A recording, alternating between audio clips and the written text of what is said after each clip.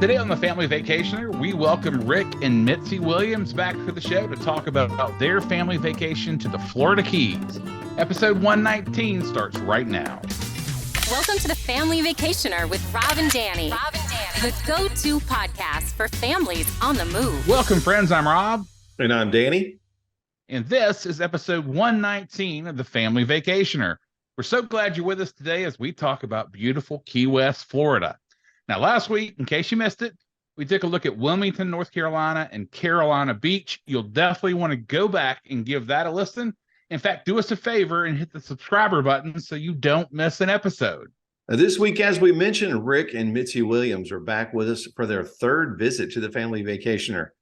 Oh, and hey, if your family has recently visited someplace fun and you'd like to share it with our audience, we'd love to have you on the show. Just drop Rob a line at rob@thefamilyvacationer.live. Now, let's hear about Key West from the Williams family. Ric and Mitzi, welcome to the show. Thanks. All right. So what inspired you guys to choose the Florida Keys as your family vacation destination this time? So I'll take responsibility for that. It was actually a medical conference that I was attending. It was a very well done conference, but they host their conferences in vacation spots, so you're incentivized to go. But I picked the Keys because Ric and I have been to the Keys several times and loved it, but our boys had never been, and this was a good chance. I needed to go for continuing education, and so it was just kind of a package deal. Nice. Did y'all fly into Key West or do the Miami and then? We flew into Key West International Airport in quotation marks. And then I've never walked down the, what do they call that? The mobile ramp that they rolled up to the airplane door where you walk off with luggage. Down on the tarmac, right next to a Cessna 172 and into the airport. Well, you've obviously never been to Tulsa. Not that there's anything wrong with Tulsa. Tulsa's great. Let's talk about some highlights. Share some highlights from the trip. What made it memorable, other than walking down the mobile unit there? There were so many things. We just loved the Keys as a whole anyway. The hotel was wonderful. It was the Opal Key Resort. Now, just a disclaimer, we would have never chosen that on our own. It was expensive, but location, right? It was right next to Mallory Square. It was oceanfront. The cruise ships dock right outside the Opal Key Resort. So if we walked out of, actually, we could look out of our room in the morning and see if there was a cruise ship docked. It was beautiful, but that was the location of the conference. So that was kind of a no-brainer for us because I had to be in class starting at 7 a.m. So we went to the location of the conference because that made the most sense. So. And there were people up in the Keys at 7 a.m. No locals. Okay. All right. And us. Okay. Landscapers and her. Now, would you say the people attending the conference? Right. Would you say the hotel was family friendly? Yes, I would. There's not a lot of location in the Keys, right? There's not a lot of real estate. So there was a pool there. It was very convenient. There were restaurants on location, but nothing is complimentary really or free. But it was pricey. There was restaurants available. Definitely family friendly. Yeah. Gotcha. Okay. All right. So how'd you guys plan your itinerary, all the activities you're going to do while you're there?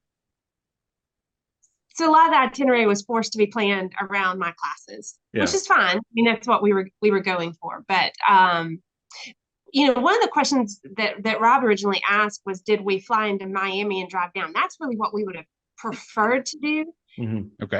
But because of time, we couldn't do that. So we were trying to get the boys included in school as much as possible. So we chose a flight that left on a Wednesday afternoon, knowing class started Thursday morning at 7. So we needed to get straight into Key West. There was no way we could let the kids be counted present at school and fly down to Miami, get our car and drive about 3.5 hours from Miami to Key West and be reasonable to attend class the next morning at 7. So So that was really what forced our hand to fly into Key West, which was fine. It was a great airport, no issues. I think flying into that.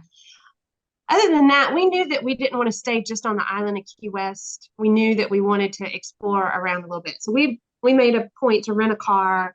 And then when I got out of class, I would check in with them, go pick them up. And then we kind of did a lot flying by the seat of our pants. Yeah, planning is not the right word. We knew we wanted to do stuff, but like most of the time we planned everything whenever Mitzi got out of class. Mhm. We decided what we were going to go do. Nice. No trouble getting a rental car? I did that pre-arranged when I bought our plane tickets and whatnot, and I used a third-party site. We had never rented a car from an airport before. That we normally drive everywhere we go. So, but I used a third party, and I told Rick I had approved it with him ahead of time. I was like, hey, it'd be a lot of fun to surprise the boys. Let's get a Mustang convertible, be able to ride around with the top down, and surprise them with that. And really, the difference in cost wasn't that much more. It was like $20 more a day than an economy car. I was like, that's an easy call. Yeah, right. But it was super easy though, because the airport at Key West, when you walk out the doors, we literally walked across a 2-lane road into the rental car lot. And it was, the only other time I've ever rented a car and flying has been at Boise. And even the airport there, it was way more walking out there. Literally you walk out, and if I had known what to look for, we could have seen our car as soon as the doors opened. So that was super easy. Nice. All right. As far as the airport goes, I have never seen or been anywhere near friendly or TSA agents. Oh, that's true. Oh, well, they are in the Keys, so they're laid back. Everyone we talked to, I accidentally tried to smuggle a Mountain Dew into my carry-on I had forgotten about, and there wasn't even a big deal made out of that. The guy joked a little bit, but everybody was friendly, and I just never seen that. Yeah. Now I love Mountain Dews myself, but Rick, they do sell those in Key West. Well, it was on the way home. We bought them in Key West. Oh, okay. So he's trying to. Well, they definitely sell it here. So, but maybe it tastes different there. Who knows? I'm not going to judge. We went through security, and the guy was like, "Is this your duffel bag?" I was like, "It belongs with our group." He was like, "I'm going to need to pull you to the side." I was like, "Okay." So we go over, and he pulled it out. He was like, "This is not allowed on the plane." I'm like, "Of course it's not allowed on the plane." I look back because Rick and the boys are still coming through. I'm like, "Rick, just a reminder, you can't take the can." Oh, I forgot. And then the guy was like, "It's no big deal," and it happens. One out. I just forgot I had two in there. Yeah, it happens. Rob, you don't know Rick though. You're making this like it's not a big deal. Having a Diet Mountain Dew is a big deal to Rick. That's important stuff. Am I right, dude? No, I get it. It's a big deal to me. I get it. I totally understand. I'm just saying it's not worth going to jail. That's all I'm saying. No, Rick might think it is. I don't know. Could be a toss-up. You're right. I've never been more than 3 hours without one. So exactly. Going into the trip, is there anything that you wish you had known about Key West? You've been before. Is there anything that you wish you knew before headed to the trip? It sounds like knowing you've been there before, probably not. But was there any surprises, any challenges? I think really the only surprise, and it really shouldn't have been a surprise. So on our rental car information, it said that the car we were getting would hold one large bag and one small bag.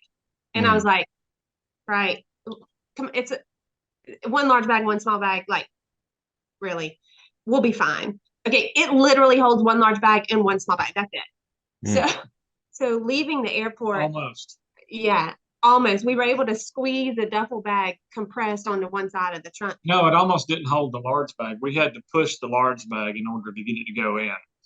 If it had not been flexible, hard-sided luggage, we would have hooked it up and towed it like a trailer, I guess. Well, but then we all had to ride like from the airport to the hotel. Yeah. Our carry-on bags in our lap. We did that in Vegas.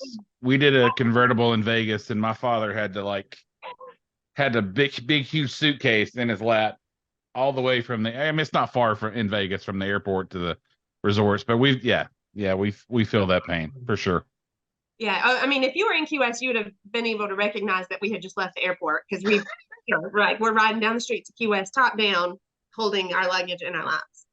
Mhm. Except what about the cruise ship? Now that's kind of controversial in Key West. You know, there's been some talk of the locals not wanting the cruise ships there. Did it make it really crowded when the cruise ships were docked? I didn't think so. No.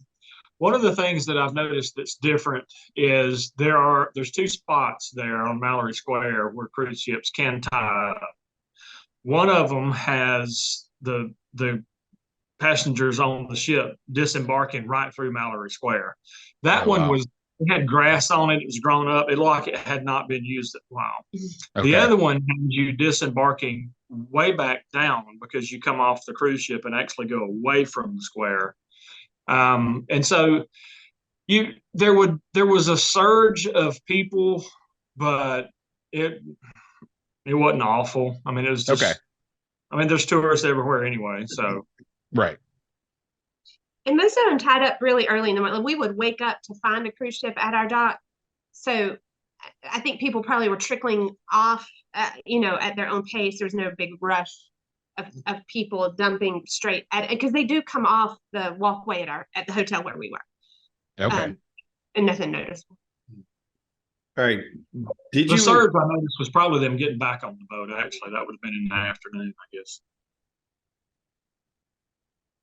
Did you encounter any unexpected surprises or obstacles? And if so, how'd you handle them? I can't think of anything other than just trying to hold our luggage in our lap for the 10-minute ride from the airport to our hotel. But honestly, no. And again, you guys know us, but as travelers, we're pretty flexible. We did not have this trip. We did not have a strict itinerary. We did not have every minute planned out. Mm-hmm. We were flexible from that outgo. So if there was something unexpected, we didn't know about it because we didn't have a plan anyway. Yeah. How many of the Keys did you guys visit?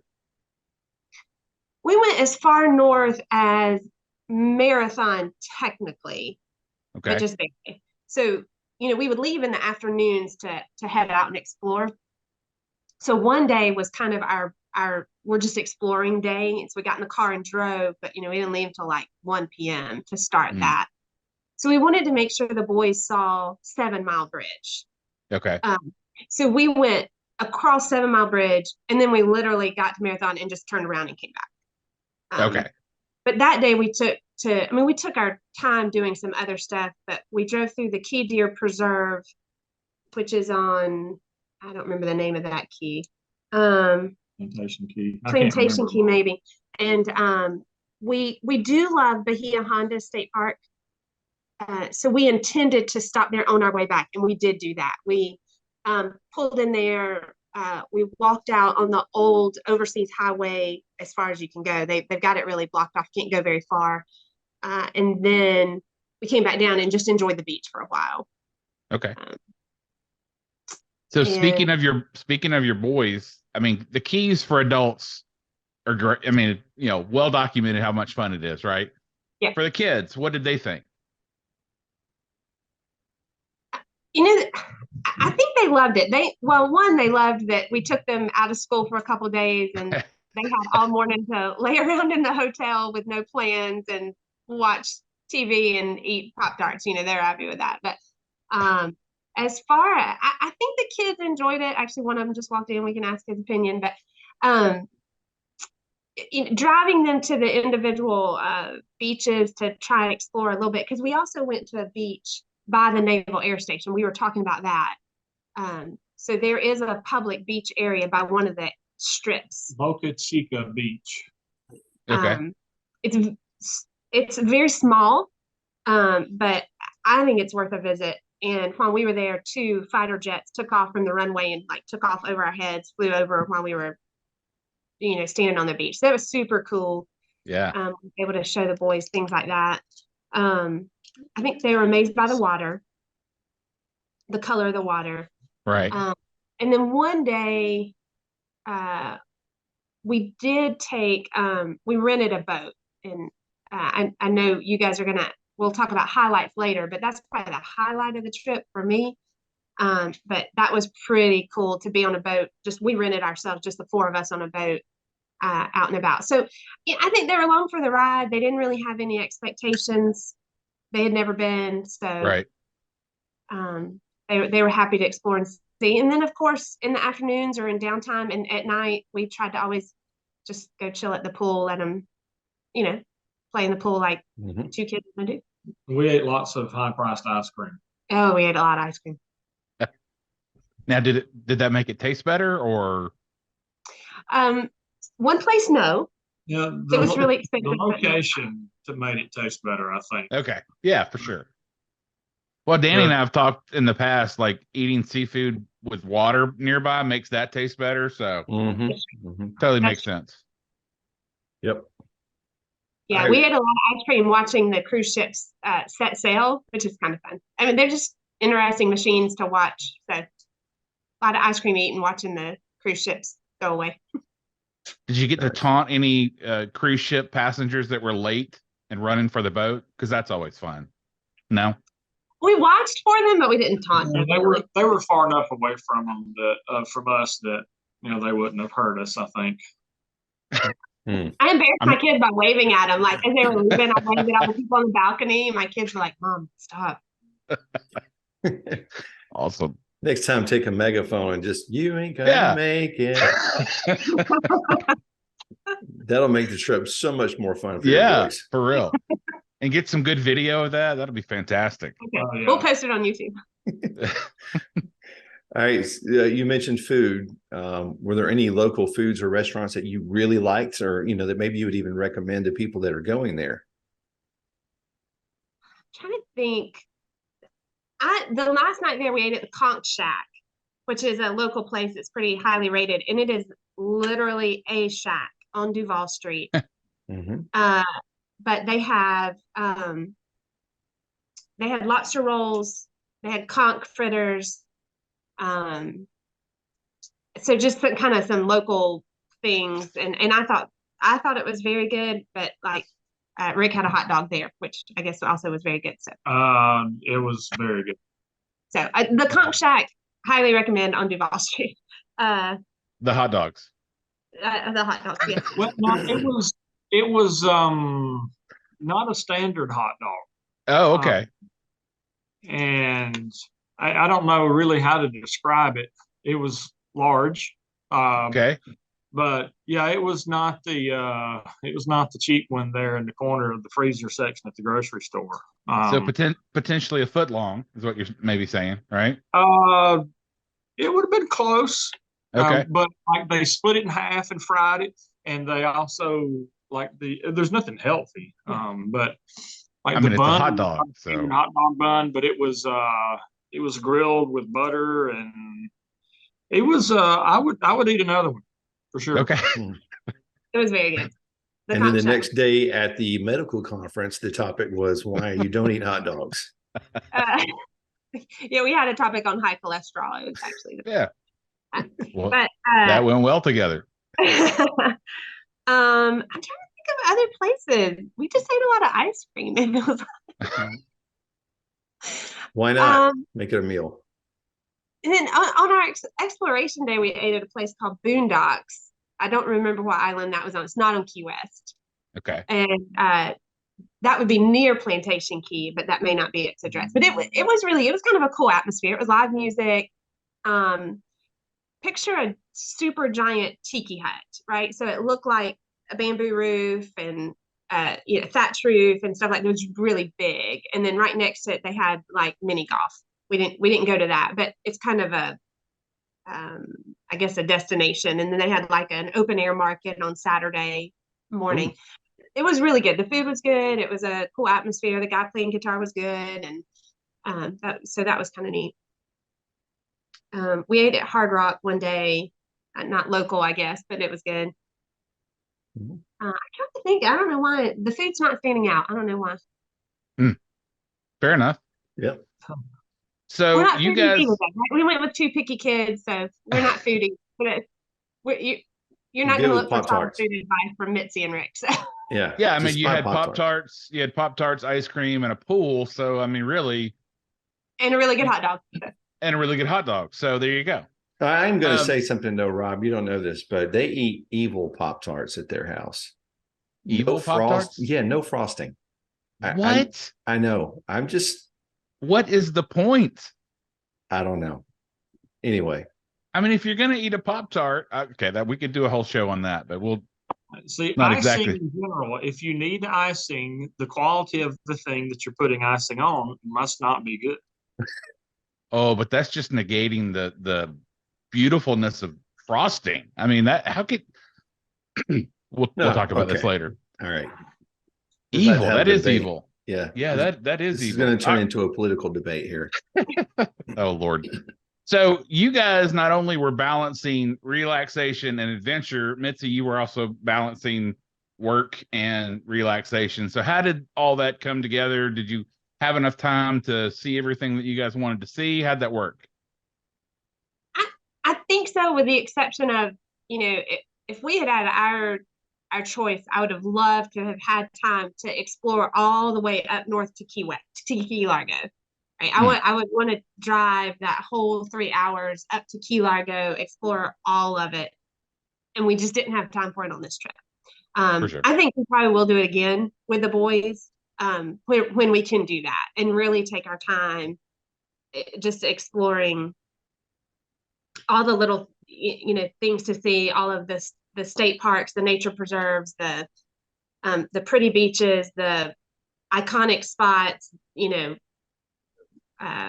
snorkeling, all of those things. I wish we had time to do all of that. More time on Marathon, more time on Isla Mirada, more local fish. I love eating local fish. I did at that Boondocks place. I had a grouper sandwich that was fresh caught, but for the most part, we didn't get like fresh seafood, and that's something I love. But so that's if I could have planned it myself, I would have built in more days and gone to more places.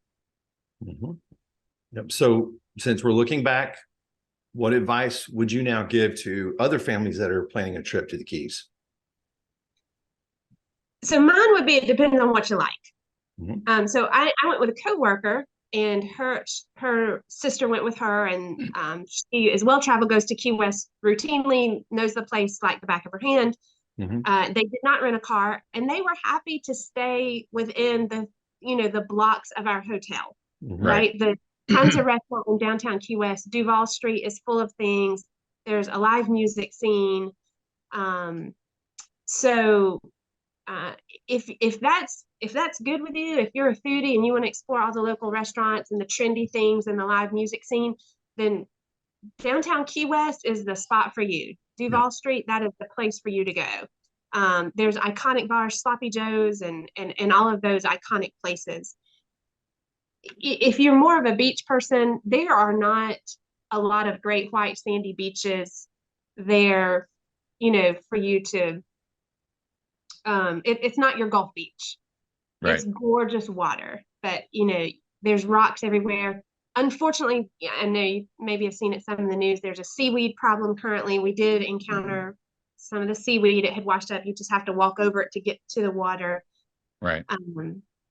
So it really depends on what you love. If you love the ocean, you love exploring, you love boats, either get a charter boat or rent a boat.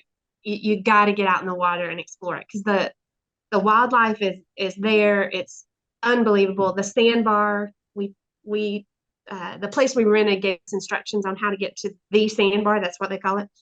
But it's just a super shallow place where boats go up, anchor down. You just get out of your boat and walk around in the middle of the Caribbean. It's unbelievable. Absolutely unbelievable. What was the water like? Was it, were you guys renting the boat? Pretty calm? Yes, because we mostly were, well, you can describe that better. Well, we stayed on, Bayside, but the water is as far as oceans go, the water is always calm down there, relatively speaking. When it gets rough, if you go out to the reef, 7 to 9 miles off all the Keys is the reef. And, when the ocean meets the bay on top of the reef, you can get some pretty significant funkiness. But if you're inside, northwest of the Keys, it's pretty flat most of the time. It was windy the day we were out there, but it was not bad at all. A little bit of chop. But the biggest thing down there is the water is just shallow. I mean, we had a depth finder on the boat that we rented, and we were watching it, and there was 2 or 3 times where it said 2 feet. Wow. If I would not suggest that somebody without boating experience rent a boat just themselves. At one point, I asked him because I was looking over and I could see the rocks through the water, but the water's so clear, it's really hard to get an idea for what the depth is. So I said, Right. How deep are we right now? He said, this is 0.8 of a foot. And I was like, we should probably get out. He's like, yeah, I'm working on getting us out of here. But I was like, 0.8 of a foot, 0.8. Wow. Holy And you're not God. like you mentioned, you're not talking about sandy bottoms, you're talking about rocks. Yeah. You hit Yeah. those, you're having a bad day. Right. Yikes. Not in our boat either. But then there's other places where, it's just, 8 to 10 feet deep. And as long as the place that we rented from was really good. They gave us a chart plotter, and basically he said, if you stay where it kept a log of all of the previous trips that boat had been on. Mm. And if you stay where there's a red line, then you're fine. And we did for the most part.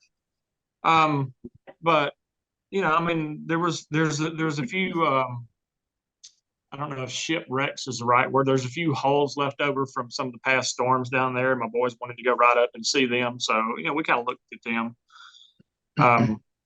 We did get to see a sea turtle just for a second, saw a couple of dolphins while we were out there. Nice. And there's 2 or 3 places where you can, if you're careful, you can get to just about anywhere you want. The other thing is, you can rent pontoon boats too, and those draft a whole lot shallower. So there's a whole lot less chance of you running over something with a pontoon boat. Yeah. You're just not going to get anywhere quite as fast. But And then there's a million charters too, right? I mean, there's sandbar charters that'll just take you out to the sandbar and let you play. There's, eco charters, there's dolphin tours, there's all kinds of places. So if you don't have boating experience, but you still want to get out, there's a million companies that'll offer to take you out. tons of sunset cruises. Yeah, lots of sunset cruises, fishing charters, all kinds of options depending on what you like. Well, so it sounds like it was a good trip. You guys had fun. Sounds like I think you mentioned you'd go back. So where is the next destination for the family? Do we know where we're headed yet? We're famously fly by the seat of our pants. Currently on the rough itinerary is Ohio and Michigan. So we'll see. From the Keys to Ohio and Michigan. That's okay. Yeah, Amish country up to maybe Mackinac Island. So, and then the Upper Peninsula, because I'm fascinated with the Great Lakes and shipwrecks, and not necessarily Gordon Lightfoot, but the wreck of the Edmund Fitzgerald. There's a shipwreck museum up there, and that I would just love to go to. Yeah, Sioux Locks. There's lots and lots of shipping traffic up there. There's 2 or 3 campgrounds within eyeball distance of the Sioux Locks where you can just sit out and watch boats go through. So the water theme remains. It's just colder water. for sure. And now that song's in my head. Thank you, Rick. You're welcome. just go listen to it. That's all you got. Yeah. Awesome. All right. Well, thanks again. This is your 3rd visit to the show. I think this is our third time visitors, guests, whatever, right, Dan? Something like maybe that. And we don't have jackets. We don't have any jackets or anything for you, but we'll work on a t-shirt. Okay. And maybe have you back after the next. Something will be fine. He'll take a koozie for his Diet Mountain Dew. And a hot dog. And a frostingless Pop-Tart, anyway, thanks guys for being on the show again. We appreciate you guys.